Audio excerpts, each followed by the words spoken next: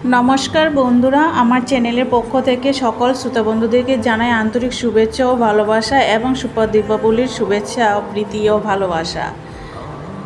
তো বন্ধুরা, প্রথমেই বলে দিচ্ছি দীপাবলি কবে হবে আর কত তারিখ হবে, কয়টা থেকে হবে সেটা আপনাদের সঙ্গে বলে দিচ্ছি। তো অমাবস্যা তিথি শুরু হবে 20শে অক্টোবর রাত 3:45। অমাবস্যা তিথি শেষ হবে 21শে অক্টোবর সকাল 5:55। দীপাবলির তারিখ হলো 21শে অক্টোবর 2025 মঙ্গলবার। তার সঙ্গে লক্ষ্মী পূজার শুভ মুহূর্ত। লক্ষ্মী পূজা সন্ধ্যা 6:10 থেকে 8:06 পর্যন্ত। পূজার সময় 1 ঘন্টা 55 মিনিট। এই 1 ঘন্টা 55 প্রদোষকাল। এই মুহূর্তে লক্ষ্মী পূজা স্থিতি মুহূর্ত এবং 7:05 থেকে 9:01 পর্যন্ত যে বিষুবকাল শুরু হবে এবং মুহূর্ত সন্ধ্যা 5:46 থেকে 8:17 পর্যন্ত।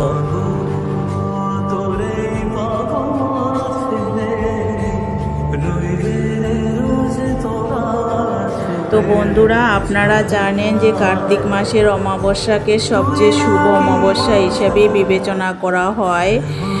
ওই দিনে কিছু বাড়িতে যেমন শ্যামা মায়ের পুজো করা হয়, কালী পুজো করা হয়, তেমন অন্যদিকে আমাদের যে ধনসম্পদের দেবী মহালক্ষ্মীর পূজাও করা হয়। মহালক্ষ্মী হলেন আমাদের সুখ সমৃদ্ধি, সম্পদ এবং ঐশ্বর্যের দেবী।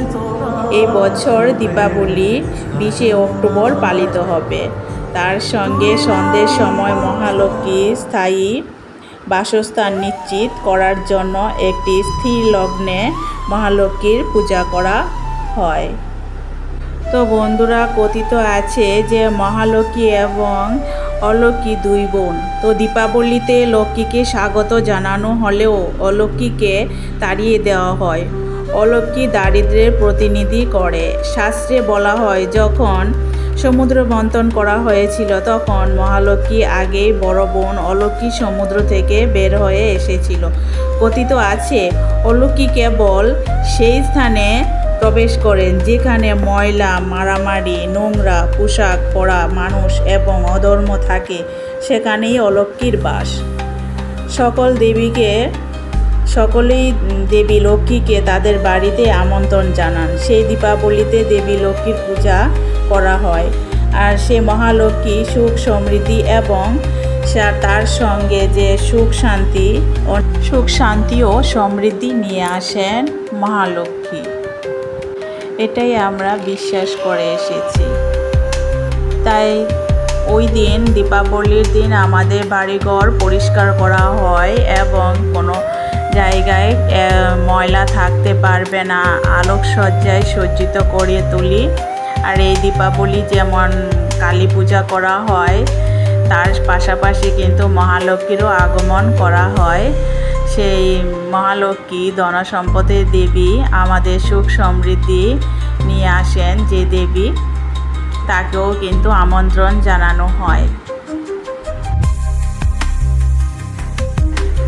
বন্ধুরা, এই দীপাবলিতে কম খরচে শুভ জিনিস কেনার জন্য, যেমন ছোট জিনিসের মধ্যে যা কম খরচে আপনি ঘরে নিয়ে আসতে পারবেন, যেমন ঘর সাজানোর উপকরণ, আলো, বাল্ব, মাটির প্রদীপ এবং ফুল কিনতে পারেন। এছাড়া পরিবেশ যে সামগ্রী যেমন বাঁশের লণ্ঠন এবং মাটির তৈরি জিনিসও শুভ বলেই মনে করা হয়। এসব আসবাবপত্র, ঘর সাজানোর জিনিস আপনি ওই দিন আনতে পারেন। আর এই কালী মা কাল বা সময়ের উপর নিয়ন্ত্রণ করে। তিনি কালের উপর নিয়ন্ত্রণ রাখেন, তাই তাকে কালী মা নামেও অভিহিত করা হয়। শক্তি ও সৃষ্টির প্রতীক। তিনি সৃষ্টি এবং ধ্বংসের চূড়ান্ত রূপ। সেই চূড়ান্ত রূপের প্রতীক সে কালী মা। তিনি ভালো এবং মন্দ উভয়কে অতিক্রম করেন। তো বন্ধুরা, আজকে আপনাদের সঙ্গে শেয়ার করব দীপান্বিতা কালী পুজোর মাহাত্ম্য এবং বাংলা কার্তিক মাসে এই কালী পুজো কেন করা হয়। তো বন্ধুরা অবশ্যই আপনারা জেনে থাকবেন বা না জেনে থাকলে অবশ্যই আমার ভিডিওর মাধ্যমে জানতে পারবেন। অবশ্যই ভিডিওটা ফুল ওয়াচ করবেন। তো চলুন বন্ধুরা জেনে নেওয়া যাক। তো বন্ধুরা দীপান্বিতা কালী পূজার মাহাত্ম্য। তো দীপান্বিতা কালী পুজোর মাহাত্ম্য হলো তো বাংলা কার্তিক মাসে অমাবস্যা তিথিতে পালিত হয়, যা আমাদের সত্য জ্ঞানের আলো ছড়ায় ও অন্ধকারের অজ্ঞানতা দূর করে এবং যে সন্ধিক্ষণে উপস্থিত হয় আধ্যাত্মিক এবং চৈতন্যতার জাগরণ ঘটায়। এই জাগরণে এবং এটা ঐশ্বরিক শক্তি বিনাশের প্রতীকও বলা হয়। এই দীপান্বিতা কালী পূজা শুধু পূজাই করা নয় এবং কেবলমাত্র পূজাই নয়, বরং গভীর তান্ত্রিক, আধ্যাত্মিক ও জ্যোতিষবিজ্ঞানিক গুরুত্ব বহনকারী এক দিব্য উপাসনা। এই পূজার সময় অনেক সাধক এবং তান্ত্রিকরা সাধনা লাভ করে থাকেন। তো ওই দীপান্বিতা কালী পূজার যে মাহাত্ম্য আছে কার্তিক মাসে ও অমাবস্যা তিথিতে। এই কার্তিক মাসের অমাবস্যা হলো বছরের সবচেয়ে অন্ধকারতম রাত্রি। এই মহারাত্রি, এই তমোগুণ প্রবল রাত্রিতে আলো ও জ্ঞান চেতনা থেকে চৈতন্যর আলোক সৃষ্টি করে।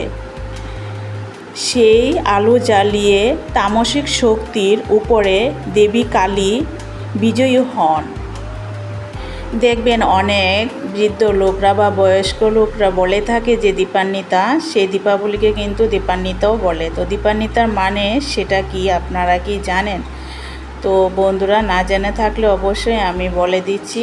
তো দীপান্বিতা মানে দ্বীপ বা আলোর দ্বারা আচ্ছাদিত, অর্থাৎ যা অন্ধকারকে দূর করে আর আধ্যাত্মিক আত্মচেতনাকে জাগরণ করে। সেই দীপান্বিতা কালী পুজোর রাত্রিতে সে অন্ধকার রাত্রে আলোকিত হয়ে ওঠে। যেমন পূর্বপুরুষের প্রতি যে শ্রদ্ধা অঞ্জলি সেটাও করা হয় এবং আতশবাজি, প্রদীপ জ্বালানো, সেই প্রদীপ জ্বালিয়ে বাড়ির চারিদিকে কোনায় কোনায় আলোকিত করে তোলে এবং আলোকসজ্জায় সজ্জিত হয়, অন্ধকার থেকে আলোকিত হয়। সবই আভ্যন্তরীণ এবং অজ্ঞানতা দূর করার প্রতীক মাত্র। আবার এই দীপান্বিতা কালী পুজোর রাত্রিতে তন্ত্রমতে বলা হয় যে কার্তিক অমাবস্যার রাত্রে মহাকাল ও মহাকালীর মিলনে মাধ্যমে যে মহাশক্তি অভিব্যক্তি ঘটে, এটি যুগ ও বল বীর্য সংযমের মহা নিদর্শন। অন্নপূর্ণা থেকে মহাশূন্যে রূপান্তরের সাধনা করা হয় এই রাত্রে। মহাকাল ও মহাকালীন আধ্যাত্মিক যে রহস্য, মহাকাল ওই সময় এবং মৃত্যুর যে অতীত পরম চৈতন্য, মহাকালীন এবং মহাশক্তির যিনি সময়কে সৃষ্টি ও স্থিতি লয় করেন। মহাকাল যেখানে নির্গুণ নিরাকার, মহাকালীন যেখানে সুগুণ ও প্রক্রিয়াশীল শক্তি, দুজনের মিলনের সৃষ্টি স্থিতি প্রলয়ের যন্ত্রচক্র ঘুরে। তাই কালী পূজা হলো সময়চক্রের উপর আত্মচেতনার বিজয়ী। অনেকেই দেখবেন অনেক বাড়িতে নিয়ম আছে, যার যার বাড়িতে যার যার নিয়ম পালিত হয়। যেমন এই অমাবস্যা দীপান্বিতা কালী পুজোতে অনেক বাড়িতে পূর্বপুরুষের উদ্দেশ্যে বাতি জ্বালানো হয়, সেই পূর্বপুরুষদেরকে শ্রদ্ধা অঞ্জলি জানানো হয়। তো অনেকটা যার যার নিয়মের মধ্যে পড়ে। আর এই দীপান্বিতা কালী পুজোর যে বৈজ্ঞানিক দৃষ্টিতে বলা হয় যে কার্তিক মাসে চন্দ্র ও সূর্য একই রাশিতে এসে অন্ধকার তৈরি করে, সেটা হলো বৈজ্ঞানিকের ধারণা এবং সেই দৃষ্টিভঙ্গিতেই দেখা যায়, যা মানসিক উদ্বেগ, বিকার, শ্রম গুণ বৃদ্ধি করে। কালী পূজা ওই সময় আলোর অনুপ্রবেশ ঘটিয়ে মস্তিষ্কে নিউরোলজিকেশন এবং ভারসাম্য নিয়ে আসে। সেই নিউরোলজিক্যাল ভারসাম্য নিয়ে আসে ধূপ গন্ধ, প্রদীপের আলো, মধুর ধ্বনি, মন্ত্রধ্বনি, শঙ্খধ্বনি, উলুধ্বনি, বর্জ্যকল শব্দ। এই সবই নিউরোসাইকোলজিক্যাল ব্যালেন্স তৈরি করতে সাহায্য করে, সেটা বলা হয় বৈজ্ঞানিক শাস্ত্র মতে। আবার শাস্ত্রীয় মতে বলা যায় যে এই দেবী কালী দেবী সকল জীবের মধ্যে সময়রূপে, শক্তিরূপে এবং চেতনারূপে বিরাজমান হয়। এই দীপান্বিতা কালী পুজো তান্ত্রিকদের মতে যে তন্ত্র সাধনার কালী হচ্ছেন কুণ্ডলিনী শক্তির উন্মেষর রূপ। কালী পূজার মানেই চৈতন্যর দ্বারা অজ্ঞানতার অন্ধকার থেকে সাহসিকতাভাবে জাগরণের যে যাত্রা শুরু হয় সে আধ্যাত্মিক শক্তিও বলা হয়।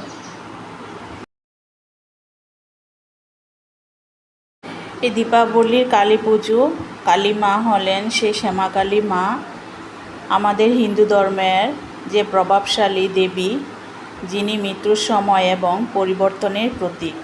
তিনি ঐশ্বরিক নারী শক্তি এবং ধ্বংসাত্মক মুক্তিদায়ী যে প্রতিমূর্তি এবং ভক্তদের কাছে তিনি যেমন ভয়ের তেমনি তিনি শ্রদ্ধার পাত্রী। শ্যামা কালী পুজোর প্রধান দেবীরূপে পূজিত হন এবং তাকে মহাবিদ্যার প্রথম দেবী হিসাবেই গণ্য করা হয়। শ্যামা কালী ঐশ্বরিক নারী শক্তির উগ্র এবং ধ্বংসাত্মক দিকে উপস্থাপনা করেন, যা একই সাথে জীবন ও মুক্তির উৎসের পথ দেখায়। শ্যামা কালী মা বিনাশ ও সৃষ্টির যে ধ্বংসের প্রতীক, কিন্তু তিনি এই ধ্বংসের মধ্য দিয়ে নতুন সৃষ্টির পথ উন্মোচিত করেন। তাকে সময় এবং পরিবর্তনের নিয়ন্ত্রণা হিসাবেই পূজা করা হয়। এই শ্যামা কালী মাকে তমগুণের প্রতীকও বলা হয়। শ্যামা কালী তমগুণের প্রতীক হিসাবে ধরা হয়, যা শ্মশান এবং ধ্বংসের সাথে সম্পর্কিত। জ্ঞান ও মুক্তির দেবীও বলা হয়। জ্ঞান ও মুক্তির পথ তন্ত্র ও ঐতিহ্য অনুসারে শ্যামা কালীকে জ্ঞান ও মুক্তির দেবী হিসাবেও দেখা হয়, যিনি ভক্তদের মোহ এবং অবিদ্য থেকে মুক্তি দেন। বিভিন্ন রূপে শ্যামা কালীকে বিভিন্ন রূপে পূজা করা হয়, যেমন শ্মশানকালী, বামাকালী, রক্ষাকালী ইত্যাদি। পূজার উৎসব যে আসাম, উড়িষ্যা, ত্রিপুরা, পশ্চিমবঙ্গ, বাংলাদেশ সেই শ্যামা কালী পুজো ব্যাপকভাবে অনুষ্ঠিত হয়। যেমন মানুষের মধ্যে যে শ্যামা কালী পুজো ছড়িয়ে পড়েছে, রামকৃষ্ণ পরমহংসের মতো পরম ভক্ত আধ্যাত্মিক গুরুদের মাধ্যমে শ্যামা কালী সাধারণত মানুষের মধ্যে জনপ্রিয় হয়ে উঠেছেন। সেই সাধারণ ভক্তদের মাঝে এবং সাধারণ মানুষের মধ্যে যে শ্যামা পুজো উৎপত্তি এবং তার যে দৃষ্টিভঙ্গি, যেমন বলা হয় দুষ্টের দমন ও সৃষ্টের পালনের মাধ্যমে ভক্তের জীবনে কল্যাণের অঙ্গীকার নিয়ে পৃথিবীতে আগমন করেন দেবী কালী বা শ্যামা কালী। তো বন্ধুরা, আমরা যে এই দীপান্বিতা কালী পুজোতে পূর্বপুরুষের উদ্দেশ্যে যে প্রদীপ জ্বালাই, সেটার কোনো প্রথা নেই বা কোনো মন্ত্র নেই। আমরা কিন্তু সে পূর্বপুরুষদের জন্য প্রার্থনা করে এবং তাদের যে শান্তি ও মঙ্গল কামনা করে এই প্রদীপটা জ্বালানো হয়। আর এই ভূত বা চতুর্দশী এবং দীপাবলির মতো উৎসবে আমরা পূর্বপুরুষের স্মরণে এই প্রদীপ জ্বালিয়ে থাকি। সেটাই বিশেষভাবে প্রচলিত আছে আমাদের এই পৃথিবীতে। তো বন্ধুরা, আমার ভিডিওটা কোনো অংশে ভালো লেগে থাকলে অবশ্যই কমেন্টে বলবেন। আমার ভিডিওটা আর বেশি দূর বাড়াচ্ছি না, কারণ শেষ করে দেব। আর কমেন্টে অবশ্যই জয় মা কালী লিখবেন। সবাই সুস্থ থাকবেন এবং ভালো থাকবেন। Tata. Thanks for watching my video.